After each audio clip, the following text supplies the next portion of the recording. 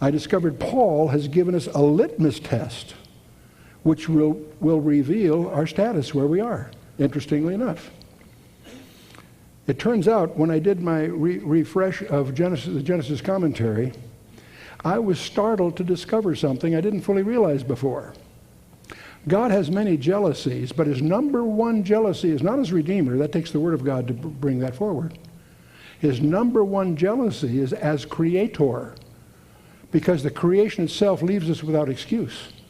So his number one jealousy is as Creator. Now, I discovered God has a specific judgment on any culture that fails to acknowledge him as a creator. I never realized that before. I taught Romans chapter 1 from verse 18 to the end, again in many, many years, because I presumed it was talking about homosexuality. And that's the way I read it, that's the way I understood it. I didn't realize what it was actually saying was a little deeper than I had appreciated previously. 3 times in the last half of the book of Romans, it's God who, quote, gives them over to that which is not convenient.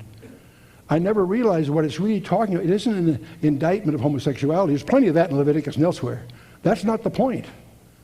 For a culture that denies God as a creator, he will give them as a culture over to that which is not convenient. And 3 times in that passage, that's essentially his point.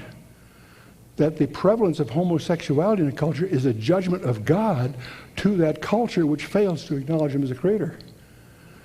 So the question is, gee, has God's abandonment and wrath started yet? I suggest you pick up any newspaper any day and come to your own conclusions. The homosexuals have a lobby that's second to none.